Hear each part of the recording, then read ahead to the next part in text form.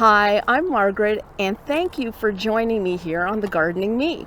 Today, I am doing a few things. Harvesting peas, number one. Number two, I'm going to actually pull these vines, and I am going to be sowing some squash in its place, kind of as a test, because I've never sown squash this late before, but I thought it would be something that would be interesting to try.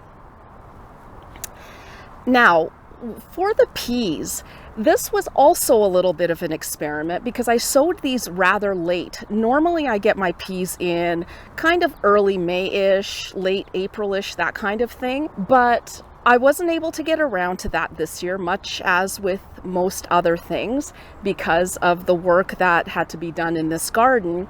So I didn't end up getting them in. I think it was early June. And we have had, I feel like a broken record here, but just in case someone hasn't seen some of my older videos, we have had very, very hot weather, which is basically, I think, par for the course if you're in the Northeast, and also very dry weather. And the drip is finally in the beds. Hallelujah. It took so long, but I'm finally 100% done with the drip irrigation in the raised beds, and it is glorious. I actually only finished it a couple of days ago. Wow, I'm just so incredibly happy. These peas actually suffered through very hot temperatures. Generally speaking, we were either approaching or surpassing the 30-degree mark. I'll put what Fahrenheit is on the screen. Every single day.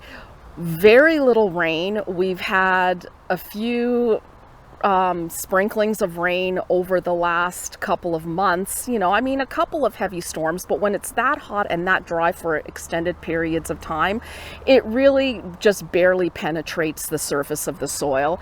So, and without the drip irrigation in, I have been watering by hand, but the other factor in this case is that all these raised beds are new, and the mix that I put in, it was a triple mix that I put in when I built these beds last year.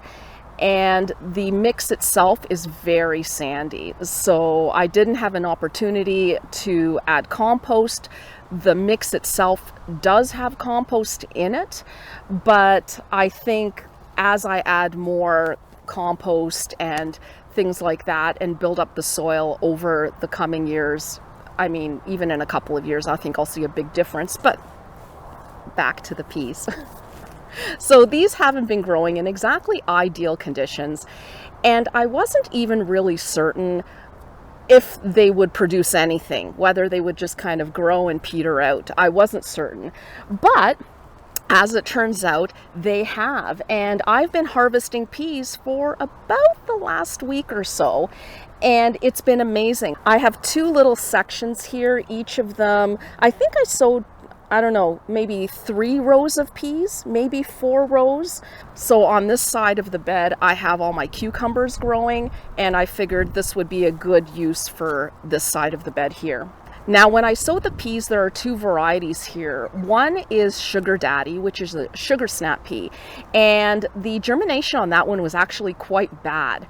So there aren't a lot of peas on here, and it's hard to say whether it's not doing that great, or I don't think of it as doing that great because there's just not a lot of plants here because the germination was bad, or whether it's actually not doing as well as the snow peas that I also planted because it's just doesn't like that weather and isn't tolerant of the higher heat and the drier soil. On this side though, these have done amazingly well, and this is Oregon Sugar Pod Snow Pea, and these are the ones that I've essentially been harvesting over the past week. What I noticed about the difference in harvesting peas now in the middle of summer, or not even harvesting but growing peas in the middle of summer versus in the spring, is that the harvest period is a lot shorter. So when I sow peas in the spring, usually I'm harvesting for 3 or 4 weeks. But right now I've been harvesting for about a week, but I think they're more or less done. Maybe I'll get another few days or even another week on the outside of harvesting from here, which I'm not because I'm pulling them today. But that's about it. So other than that, they taste delicious. They're amazing. So I haven't really noticed anything on that. The one other thing I might say is that they do look to me as if the peas themselves are a little bit smaller than they otherwise would be. I had some, fairly normal size ones as well. Absolutely. But I'm getting a lot of like this kind of thing, which is pretty small. And for this pea, what I would expect, I'm looking here for a regular size one. I actually haven't even picked any of the sugar daddy peas because it really wasn't worth it. There weren't that many, and they're just starting to mature now. When it comes to sugar snap peas, I like them when they're really nice and thick. So this is kind of more like what I would expect. Even bigger than that. This is even considered, I would say this is a small one. So this is like downright miniature. So the other thing with these two varieties is that they're fairly short varieties. Now, I think they're fairly short, but I actually don't know. I don't think they're this short usually, but maybe they are. I didn't look to see what the normal height is, but I think even short varieties, generally the height is more towards the 18 to 24 inches tall. And these just barely, surpass 12 inches. Here I am supporting the peas because I knew they weren't going to be that tall. I actually just have a couple of cattle panel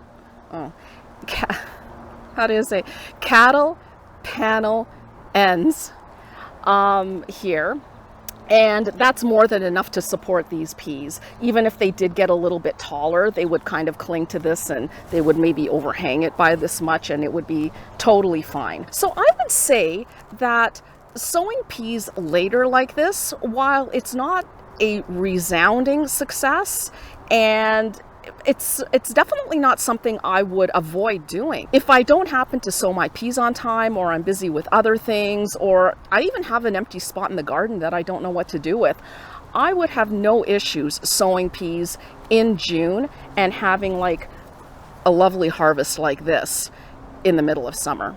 So now I'm just going to harvest all the peas that are here before I pull up these vines, which by the way, I'm actually not going to pull up the vines. I'm going to cut them at ground level because I do want to keep the roots in the soil. Legumes such as peas and beans are nitrogen fixers. So if I cut the plants off at the bottom, leave the roots in the soil, as the roots decompose, they will add nitrogen back into the soil. So I have my bowl here, and let's see how much we're able to get out of these guys here. And I love peas so much, I'm harvesting everything. Even, yeah, see that? Still good.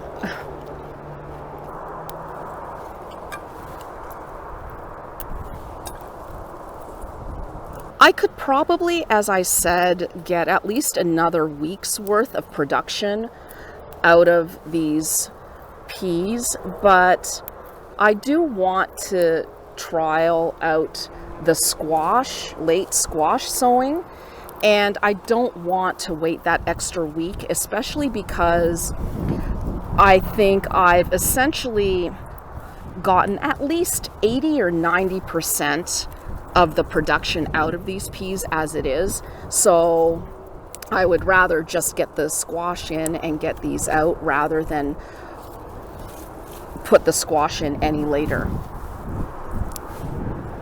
These are pretty much picked clean. I actually harvested from them the last time about 2 days ago, so not much left. I did get a good quantity.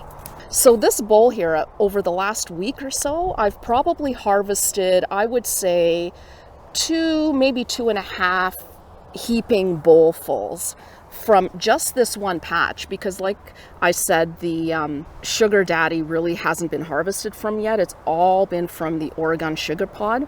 So you can see here there's some peas developing. So those would probably be ready by next week. So now I'm going to move over to the sugar daddy ones and harvest those.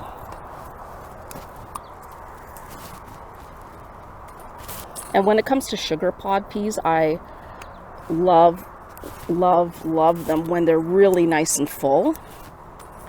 But in this case, I'm harvesting everything, regardless of how full it is.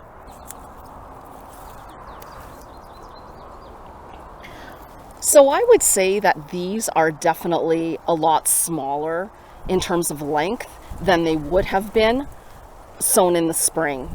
Because I don't ever remember having sugar pod peas that were this short. So this is my final harvest. Quite a few of the sugar daddy ones. This is going to make some good eating. Oh, I missed some. I just repositioned the camera to cut off the vines. And all of a sudden, these peeked out at me.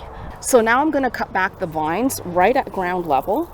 So I'm just going to go in with my snips and just do that.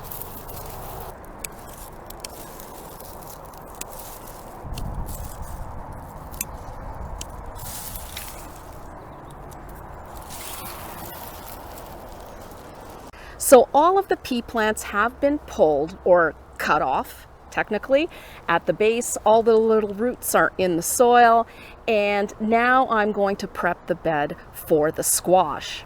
And what I'm going to use is I am going to be putting a little bit of Sustain organic fertilizer down, as well as Actisol, which are chicken manure pellets. And that's it. The whole bed received some kelp meal right at the beginning of the season, which adds micronutrients to the bed. But for that, I usually only do that once a year. So I'll do it for the whole bed right at the beginning of the season. And then if I put in additional crops or whatever, I generally don't reapply that. These are the drip lines. I'm actually going to pull them, move them out of the way for me to prep the bed, and then I'll put them back down at the end. And this way as well, I can put them right where I want them, like right where the squash seeds are planted. So let's get started. So here's my mix of the Sustain and the Actisol.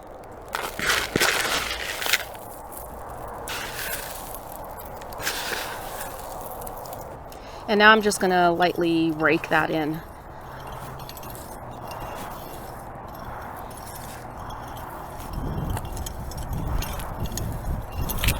So now that that's done, the bed is all prepped. I'll just talk about the two different varieties of squash I'm growing. They're both summer squash. They're both scallop squash, or also known as Pattypan squash. And they are both packets that I already had in my seed stash, so I thought I would use them up. And the other thing that they are is they're quick maturing. This one here is from Baker Creek Seeds, and it is called Pattypan Panache Jaune et Vert Scallop Squash. This one matures, it's, what is it? Let me read you the description. It says it's a beautiful scalloped fruit, lovely creamy yellow with contrasting deep green radial streaks. Small fruit may not show streaking, and it can be variable. There you go. Stunning displayed with other scallops. Well, it might be beautiful to display, and I'm sure I will display it, but it will probably quickly get eaten up too. So I think this one is, I believe, a 55-day to maturity. And let me actually backtrack and talk a little bit about that. So, first thing, with sowing squash in the middle of the summer, one thing that I'm really trying to avoid is the squash vine borer. At this stage, we only get one generation of it. So by this point in time, they should be long gone in terms of affecting the squash plants. I believe that from my recollection, around June, end of June or something like that is usually when you no longer have to really worry about it. So maybe beginning of July. So that's one thing. So that's one of the reasons why I've always wanted to try a late sowing of squash. I've never got around to doing that, and I thought this year was the perfect chance. The other thing as well about sowing in the summer versus sowing in the spring, which is something I actually talked about in my last video when I was sowing the carrots, is that the days are getting shorter as you approach fall, which means that things take slightly longer to get to their full size and to mature when you're sowing in the summer going into fall versus when you're sowing in the spring and it's maturing as the days get longer. So usually what that means is that if you are sowing in the summer or in the later half of the summer or in midsummer in this case, that you should add about a week or two to the maturity date listed on the packet. So this one here is 55 days. So if I add a week, we're looking at 62 days, and that brings us to the end of September, beginning of October, which is right around our first frost date. The thing is that our weather is all over the place. We may get an earlier frost, we may have a later frost. It's been super hot, so maybe the weather in the fall is going to stay that hot, helping these squash mature more quickly, and maybe we won't be getting a frost until the middle of October or whatever.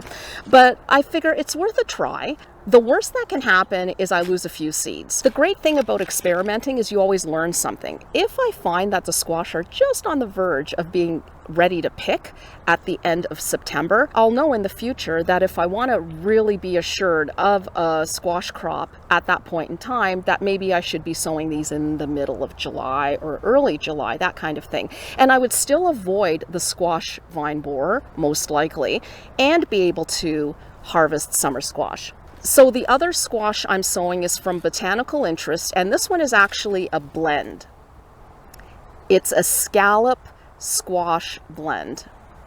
It's anyone's guess what will come up when I sow. I am going to sow 3 of these and 1 of these. So I'm hoping that that'll give me a better chance of getting at least 1 of the white ones as well as 1 of the yellow ones. Oh, and as for days to maturity, it says here 45 to 60 days. So it probably depends on which variety it is. 45 days though, that's really promising. So hopefully 1 of those comes up. Since these are bush squash, I will be doing a 2-foot spacing, so for each plant. So 2 feet across, 2 feet down. So basically, it's super easy in this case because my bed is 8 feet long. So I'm going to divide the bed in half that way, and then in half the long way as well.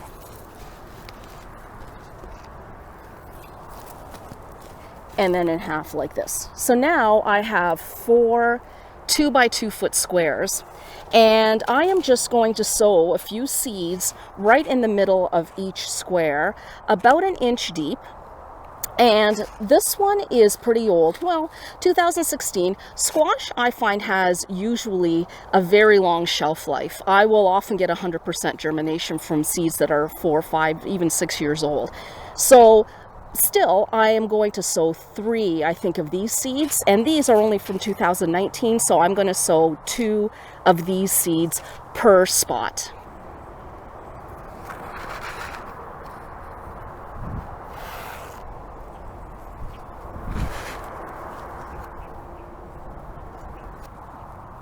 I mean, you can't get much easier than this.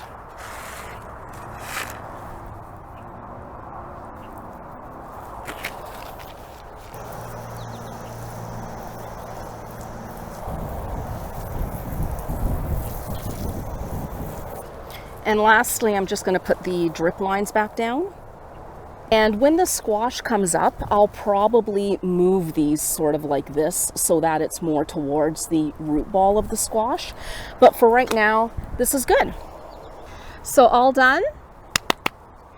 I hope this works. It would be lovely to get some delicious summer squash. Now, before I go, I just wanted to show one little thing that's always very exciting for a vegetable gardener, and that is the very first tomato, and I figured I would pick it on camera. So let's go. Ooh, look at that. Okay, the first one is for the gardener, right? And this, FYI, is apple yellow, and it is an All-American Selections winner. And it's one of my favorites. It's beautifully firm, it's sweet, it's so delicious, and obviously one of the first to ripen as well in the season. So thank you so much for joining me today, and we will see you next time. Bye.